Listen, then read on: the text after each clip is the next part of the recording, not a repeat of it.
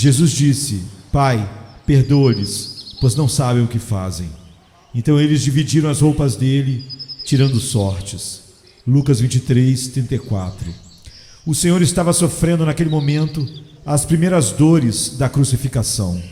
Os carrascos tinham acabado de pregar suas mãos e pés na cruz com pregos. Além disso, ele devia estar tremendamente cansado e reduzido a uma condição de extrema debilidade pela agonia da noite no Getsêmani e pelos açoites, ofensas e insultos que tinha recebido de Caifás, Pilatos, Herodes e dos guardas pretorianos durante toda aquela manhã. No entanto, nem a fraqueza do que havia passado, nem a dor do presente o impediram de continuar em oração. O Cordeiro de Deus guardava silêncio com os homens, mas não com Deus. Estava mudo como uma ovelha diante dos seus tosqueadores, e não tinha nenhuma palavra para dizer em defesa própria diante de homem algum, mas continuava clamando ao seu Pai em seu coração, e nem a dor e a debilidade puderam calar suas santas súplicas. Amados, que grande exemplo nos apresenta nosso Senhor neste ponto. Temos de continuar orando enquanto nosso coração continuar batendo. Nenhum sofrimento, por maior que seja, deve nos separar do trono da graça, mas deve nos aproximar mais dele. Como diz o hino, os cristãos devem orar enquanto viverem, pois só quando oram, vivem. Parar de orar é renunciar às consolações que o nosso caso requer. Em todas as tribulações do espírito e opressões do coração, grande Deus, ajuda-nos a continuar orando. E que nossos pés não se afastem do propiciatório levados pelo desespero. Nosso bendito Redentor perseverou em oração quando o ferro cruel rasgava seus nervos sensíveis e os repetidos golpes do martelo abalavam todo o seu corpo em agonia. E essa perseverança é explicada pelo fato dele ter um hábito tão profundo de orar que não podia deixar de fazê-lo. Ele havia adquirido uma poderosa constância na intercessão que o impedia de desistir ou parar. As longas noites que ele havia passado nas colinas frias da montanha em solidão, as abundantes palavras que elevava ao céu desenvolveram nele um hábito tão enraizado que nem mesmo os mais severos tormentos podiam sua força deter. No entanto, era algo mais que um hábito. Nosso Senhor, batizado no espírito de oração, vivia neste espírito e esse espírito vivia nele, chegando a ser um elemento da sua natureza. Ele era como uma especiaria preciosa que, ao ser ferida, não deixa de exalar seu perfume. Exalar o perfume que produz em maior abundância à medida que os golpes aumentam, pois sua fragrância não é uma qualidade externa e superficial, mas uma virtude interior e essencial da sua natureza, que é revelada mais e mais pelos golpes sobre o seu corpo e que revelam a secreta doçura da sua alma. Como um feixe de mirra produz seu aroma e como os pássaros cantam porque não podem fazer outra coisa, assim também Jesus ora. A oração cobria sua própria alma como se fosse um manto, e seu coração aparece vestido desta maneira. Eu repito nessa manhã que esse deve ser o nosso exemplo, e não devemos cessar de orar nunca, em nenhuma circunstância, por mais severa que seja a tribulação, e por mais deprimente que seja uma dificuldade. Além disso, prestem atenção na oração que estamos considerando, que nosso Senhor permanece na força da fé no que diz respeito à sua condição de filho. A extrema prova que ele cometia, naquele instante, não podia impedir de se apegar firmemente à sua condição de filho. Sua oração começa assim: Pai. Não foi desprovido de significado que ele nos ensinou a dizer quando oramos, Pai Nosso, pois nossa vitória na oração dependerá muito da nossa confiança em nosso relacionamento com Deus. Sob o peso enorme de grandes perdas e cruzes, somos inclinados a pensar que Deus não está tratando conosco como um pai para com seu filho, mas como um juiz severo para com um criminoso condenado. Mas o clamor de Cristo, quando é conduzido à extrema dor que nós nunca experimentaremos na vida, não mostra nenhuma hesitação no espírito de sua condição de filho. Quando o suor de sangue caiu abundantemente sobre o solo do Getsêmani, seu clamor mais amargo começou assim: Meu Pai, pedindo que, se fosse possível, o cálice passasse dele. Argumentava com o Pai como seu Pai, tal como lhe chamou outra vez naquela escura e triste noite. Aqui ele diz outra vez, nessa primeira frase das 7 que ele pronunciou sobre a cruz quando expirava: Pai, ó, que o Espírito que nos faz clamar Abba Pai nunca deixe de operar em nós. Nós jamais seremos levados à escravidão espiritual por sua operação. Muitas vezes ouvimos: se és filho de Deus, como Jesus ouviu. Se o tentador nos assedia, podemos triunfar como fez Jesus Cristo, faminto no deserto. Que o espírito que clama Abba Pai expulse todo medo incrédulo. Quando somos disciplinados, como temos de ser, como Hebreus diz, porque que filho há a quem o Pai não discipline? Que possamos estar em amorosa sujeição ao Pai de nossos espíritos e viver sem nunca nos tornarmos cativos de um espírito de servidão para duvidar do amor do nosso Pai misericordioso ou duvidar de nossa adoção. Mas notável, porém, é o fato de que a oração do nosso Senhor a seu Pai não pedia nada para si mesmo. É certo que na cruz ele continuou orando por si mesmo e que sua palavra de lamento, Deus meu, por que me desamparaste?, mostra a personalidade da sua oração. Mas a primeira das 7 grandiosas frases pronunciadas na cruz não tem sequer uma escassa referência indireta a si mesmo. Ele disse: Pai, perdoa-lhes. A petição é inteiramente para outros, e embora se ache em uma alusão às atrocidades que lhe estavam impondo, no entanto, você notará que ele não diz: eu os perdoo. Não podemos perder de vista aqui o fato de que em sua mente o mal que estava sendo feito era ao seu pai, o insulto que estavam lançando sobre o pai na pessoa do seu filho, ou seja, não pensava em si mesmo, nem mesmo nisso. O clamor Pai, perdoa-lhes, é completamente desinteressado. Ele mesmo é na oração como se não fosse. Tão completa é a sua aniquilação que perde de vista a sua pessoa e sua aflição. Meus irmãos, se houve um momento na vida do Filho do Homem quando ele poderia limitar estritamente sua oração a si mesmo, sem merecer qualquer crítica por fazê-lo, seguramente teria sido quando estava começando suas angústias de morte. Se um homem é jogado em uma fogueira ou pregado numa cruz, não pode ser surpresa se suas primeiras orações e até mesmo a sua última e todas as orações fossem petições pessoais de apoio dentro de uma tribulação tão grave. Porém, veja, o Senhor Jesus começou a sua oração pedindo por outros. Não vemos que um grande coração é revelado aqui? Que alma de compaixão havia no crucificado? Quão semelhante a Deus, quão divino! Houve em algum tempo alguém como ele, que em suas próprias angústias de morte ofereceu sua primeira oração em intercessão de outros? Esse mesmo espírito de abnegação deve estar em vocês também, meus irmãos. Que ninguém olhe para suas próprias coisas, antes, porém, todo homem deve olhar para as necessidades dos demais. Amem os seus semelhantes como a si mesmos. Como Cristo colocou diante de vocês este excelente modelo de abnegação, procurem seguir seus passos. Procurem seguir os passos de Cristo. No entanto, há uma joia suprema na coroa do amor glorioso. O sol da justiça se oculta no Calvário em grande esplendor, mas em meio às brilhantes cores que glorificam sua partida a uma em particular. A oração não era só pelos outros, mas pedia por seus inimigos mais cruéis.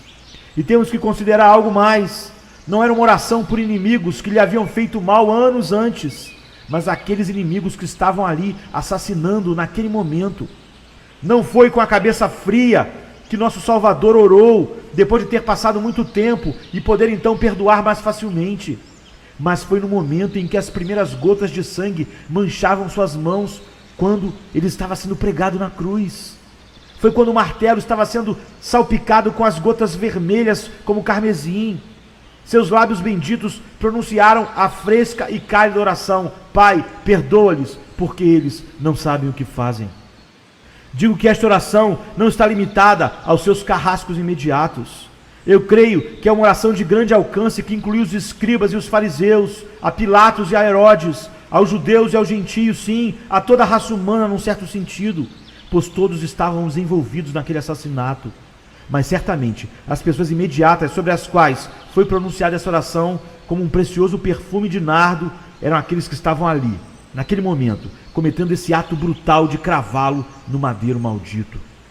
Quão sublime é esta oração quando é considerada debaixo dessa luz. Ela é única e está sobre um monte de glória solitário. Nenhuma outra oração como essa havia sido pronunciada antes. É certo que Abraão, Moisés e os profetas haviam orado pelos perversos, mas não por homens perversos que haviam perfurado suas mãos e pés. É certo que os cristãos têm oferecido essa mesma oração desde aquele dia, tal como Estevão clamou: não lhes imputes esse pecado. E as palavras de muitos mártires na fogueira têm sido palavras de piedosa intercessão por seus perseguidores. Mas vocês sabem onde eles aprenderam isso. Mas desejo perguntar-lhes: onde ele aprendeu? Onde Cristo aprendeu? Não foi Jesus o original divino? Ele não aprendeu em nenhuma parte, brotou da sua própria natureza semelhante ao Pai. Uma compaixão peculiar a si mesmo ditou a originalidade dessa oração. A realeza íntima do seu coração cheio de amor lhe sugeriu uma intercessão tão memorável que pode servir de modelo, mas da qual não havia nenhum modelo anterior. Penso que seria melhor neste momento me ajoelhar diante da cruz do meu Senhor do que estar parado neste púlpito, dirigindo-me a vocês. Quero adorar-lhe, quero venerá-lo em meu coração por esta oração, e não considerar nada mais exceto essa oração. Devo adorar-lhe, pois essa súplica sem par, pedindo misericórdia, me convence da deidade de quem a ofereceu, de maneira completamente contundente, e enche meu coração de reverente carinho e amor. Desta maneira, eu apresentei a primeira oração em voz alta do nosso Senhor sobre a cruz. Ele orou intercedendo por seus inimigos e continua orando por seus inimigos agora. O passado na cruz foi um sinal do presente no trono. Ele está agora em um lugar muito mais nobre e numa condição mais elevada, mas sua ocupação é a mesma. Ele continua diante do trono eterno, prestando súplicas a favor dos homens culpados, clamando: Pai, perdoa-lhes. Toda a sua intercessão é, em certa medida, como a intercessão no Calvário. E as palavras do Calvário podem nos ajudar a prever o caráter de toda a sua intercessão no céu. O primeiro ponto em que podemos ver o caráter da sua intercessão é este: é tremendamente misericordioso. Aqueles por quem nosso Senhor orou, de acordo com o texto, não mereciam sua oração.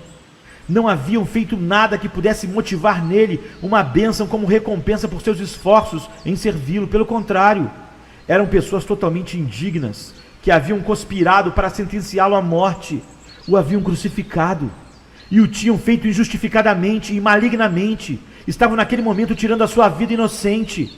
Homens que, longe de merecerem algo, eram completamente indignos de um só bem do coração do Salvador. Eles certamente nunca lhe pediram que orassem por eles. O último pensamento das suas mentes era dizer a ele: intercede por nós, moribundo rei. Oferece petição em nosso favor, Filho de Deus. Atrevo-me a crer que a própria oração, quando foi escutada por eles, foi ignorada e passou como depreciativa indiferença, e talvez foi tomada como objeto de escárnio.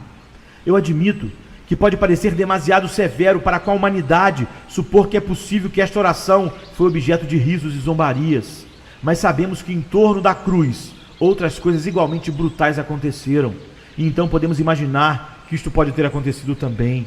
Sem demora, nosso Salvador orou por pessoas que não mereciam sua oração, pelo contrário, mereciam uma maldição. Eram pessoas que não solicitaram a oração e debocharam quando a ouviram. Da mesma forma, o grandioso sumo sacerdote está no céu orando por homens culpados. Por homens culpados. Por homens culpados, queridos ouvintes. Nunca peça nada a Deus baseado num pressuposto merecimento. Cristo está intercedendo como justo a favor dos injustos. Não ore como se você fosse justo. Não ore como se fosse alguém justo. Senão, como que se alguém pecar, temos um advogado junto ao Pai. Lembre-se também que nosso grandioso intercessor suplica por aqueles que nunca lhe pediram que intercedesse por eles. Seus eleitos são objeto de suas preciosas e compassivas intercessões quando estavam mortos em delitos e pecados, enquanto riam do seu evangelho. Seu coração de amor estava implorando o favor do céu para eles. Veja então, amados, se tal coisa é verdade, quão seguros estão de ter êxito com Deus aqueles que pedem sinceramente ao Senhor Jesus Cristo que interceda por eles. Algum de vocês, com muitas lágrimas e muita veemência, tem estado pedindo ao Salvador que seja o seu advogado. Por acaso ele recusaria? É lógico pensar que pode fazê-lo. Ele intercede por aqueles que o rejeitam. Ele intercede por aqueles que rejeitam suas súplicas. Com muito mais razão, orará por ti que as valorizam, muito mais do que todo o ouro do mundo. Lembre-se, meu querido ouvinte, que se não há nada de bom em ti e que tudo que concebes é maligno e mau, nada disso pode ser uma barreira para impedir que Cristo exerça o ofício de intercessor por ti. Ele suplicará inclusive por você. Vamos, põe o teu caso em suas mãos, pois ele encontrará súplicas que tu não poderias descobrir por si mesmo, e apresentará teu caso diante de Deus, como fez por seus assassinos. Pai, perdoa-lhes. O segundo atributo da sua intercessão é seu espírito cuidadoso.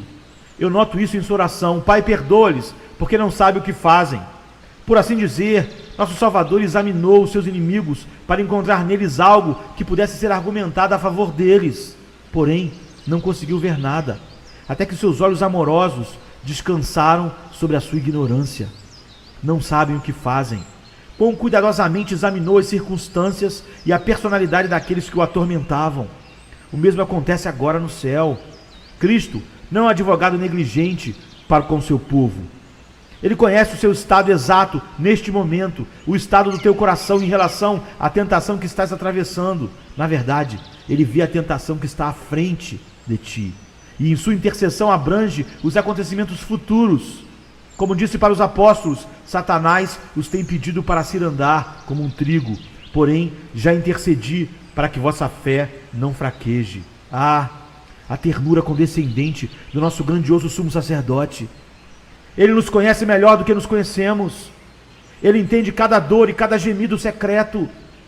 Não necessitas se preocupar com a fraseologia das tuas orações, pois ele revisa e ratifica o teu texto. E mesmo quando o teu entendimento não pode expressar a oração de maneira exata, quando orares, ele entenderá. Ele não pode falhar, pois conhece a mente de Deus e também conhece o que está em teu coração. Ele pode discernir qualquer razão para ter piedade de ti, que tu mesmo não poderia detectar. E quando tudo está tão escuro e nublado na tua alma, que não podes discernir o ponto de apoio para uma oração que deve solicitar diante do céu, o Senhor Jesus tem preparado as súplicas que devem ser formuladas, e tem os pedidos redigidos, e pode apresentá-los de maneira aceitável diante do propiciatório. Observe então que sua intercessão é muito graciosa, e em segundo lugar, muito ponderada e equilibrada. Continuando, devemos perceber a sua veemência. Quem lê estas palavras, Pai, perdoa-lhes porque não sabem o que fazem, não pode duvidar que elas traspassaram o céu em seu fervor. Irmãos, vocês podem ver, mesmo sem pensar muito, que Cristo era terrivelmente veemente em sua oração. Mas há um argumento para deixar isto mais claro. As pessoas veementes são geralmente inteligentes e rápidas em descobrir qualquer coisa que ajude o seu propósito. Se você está pedindo por sua vida, e se lhe solicitarem algum argumento para serem perdoadas, lhes garanto que pensariam em várias maneiras de como dizê-lo. Agora, Jesus estava tão ávido pela salvação dos seus inimigos, que recorreu a um argumento para a misericórdia que um espírito menos ávido não teria podido conceber. Não sabem o que fazem. Vamos, Senhor. Isso foi a mais restrita justiça possível, uma escassa razão para a misericórdia. E em verdade a ignorância, se deliberada, não atenua de forma alguma o pecado. E a ignorância de muitos que estavam ao redor da cruz era deliberada. Eles deveriam saber que ele era o Senhor da glória. Por acaso Moisés não tinha sido suficiente claro? Por acaso Isaías não fora de extrema coragem e clareza em suas mensagens? Não eram tão claros os sinais que duvidar dos argumentos de que Jesus era o Messias era o mesmo que duvidar e questionar que o sol está no céu? No entanto, apesar de tudo isso, o Salvador, com maravilhosa veemência e grande habilidade, converte isso em um argumento quando não podia ser um argumento e o expressa assim: Pai, perdoa-lhes, porque não sabem o que fazem. Então quão poderosa deve ser a sua veemência e seus argumentos no céu. Não suponha que o seu entendimento é menos rápido lá e que suas petições são menos intensas em veemência. Não, meus irmãos, o coração de Cristo trabalha arduamente com Deus eterno. Ele não é um intercessor sonolento. Antes, por causa de Sião, não se cale nem descansa, nem descansará, para que resplandeça a sua justiça e sua salvação se acenda como uma tocha.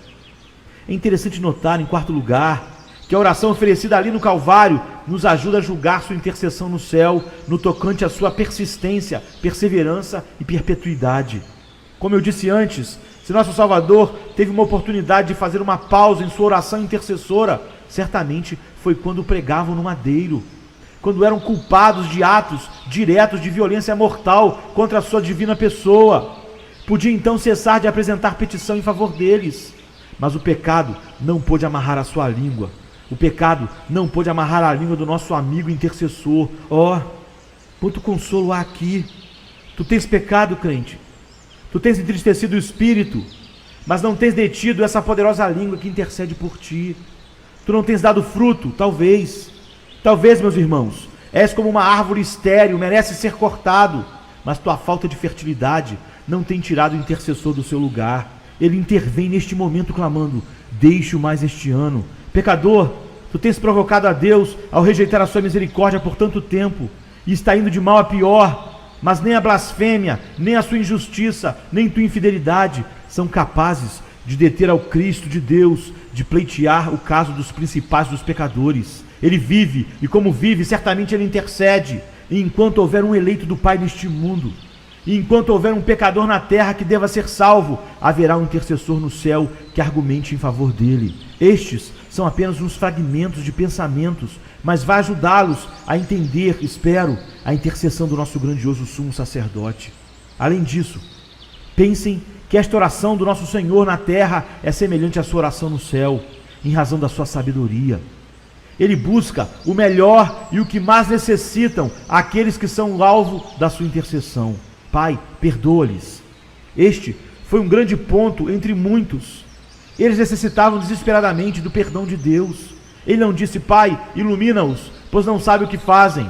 Pois a simples iluminação e o entendimento não criaria nada a não ser a tortura da consciência e teria acelerado o inferno deles. Mas ele clama: Pai, perdoa-lhes. E quando usou a sua voz, as preciosas gotas de sangue que estavam fluindo das suas feridas produzidas pelos cravos estavam intercedendo também. E Deus ouviu e, sem dúvida, perdoou. A primeira grande necessidade dos pecadores culpados é o perdão dos seus pecados. Cristo sempre ora sabiamente pela bênção mais necessária. O mesmo sucede no céu. Ele intercede sábia e prudentemente. Fique tranquilo. Ele sabe o que e como pedir a mão divina. Vá tu ao propiciatório e derrame ali teus desejos da melhor maneira que puderes.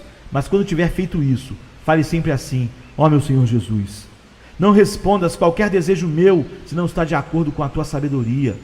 E se em algo que tem impedido está algo que de fato eu não necessito, mude minha súplica, pois tu és infinitamente mais sábio do que eu. Ó, é bom ter um amigo na corte que melhore nossos pedidos antes que eles cheguem ao grande rei. Eu creio que a única coisa que é apresentada a Deus agora é uma perfeita oração. Quero dizer que diante do grandioso Pai de todos nós, nenhuma oração do seu povo sobe de maneira imperfeita, nada se perde. E não porque as orações do seu povo foram originalmente tão perfeitas em si, mas porque o mediador as tornam perfeitas em sua infinita sabedoria e misericórdia, e sobem diante do propiciatório moldadas de acordo com a vontade do próprio Deus, e ele responderá com certeza essas orações. Além disso, esta oração memorável do nosso Senhor crucificado era semelhante à sua intercessão universal em matéria do seu domínio.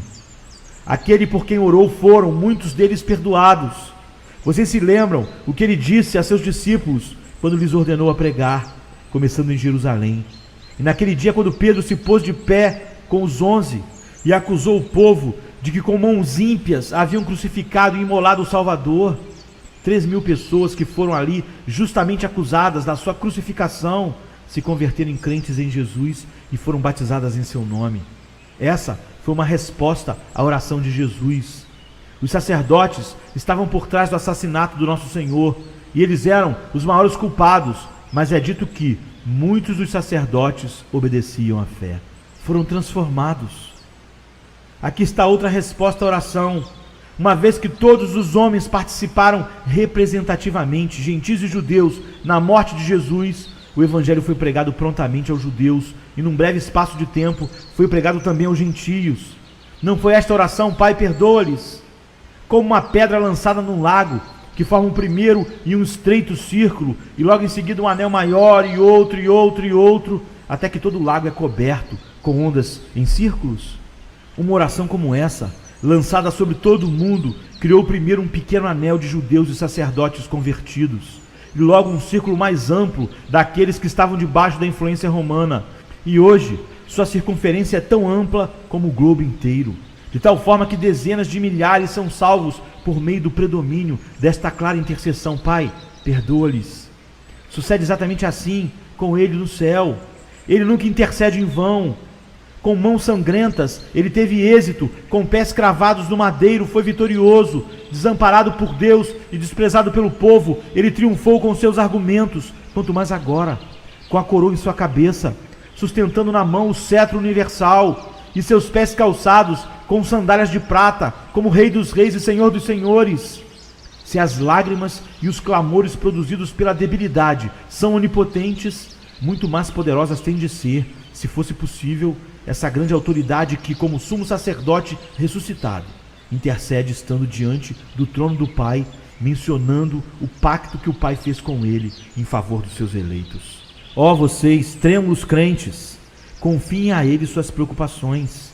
Venham, vocês que são culpados, e peçam a ele que interceda por vocês. Ó, vocês que não podem orar, vamos, peçam que ele interceda por vós. Corações partidos, cabeças e peitos desconsolados, acerquem-se daquele que porá seus méritos no incensário de ouro e que logo colocará as suas orações junto aos seus méritos, de tal forma que se elevarão como um incenso de perfume, e como uma nuvem chegará ao nariz do nosso Deus dos exércitos, que vai sentir um aroma doce e aceitar suas orações no amado, em Cristo. Recebemos uma ilustração da oração de Cristo na cruz e de como sempre são suas orações no céu.